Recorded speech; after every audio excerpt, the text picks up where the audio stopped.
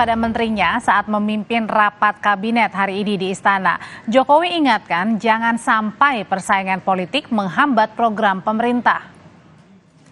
Kepada jajarannya, Presiden Joko Widodo mewanti-wanti soal adanya prediksi perlambatan ekonomi global di paruh kedua tahun 2023. Jokowi minta para menteri dan kepala lembaga untuk fokus dan waspada akan potensi krisis, serta mengutamakan kepentingan masyarakat dan nasional. Ia juga menekankan agar persaingan politik tidak menghambat jalannya program pemerintah.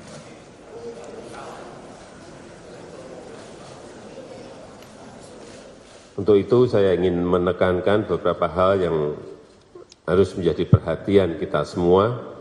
Yang pertama, fokus dan waspada akan potensi krisis. Utamakan kepentingan masyarakat dan kepentingan nasional. Jangan sampai karena ada persaingan politik, program pemerintah menjadi terhambat.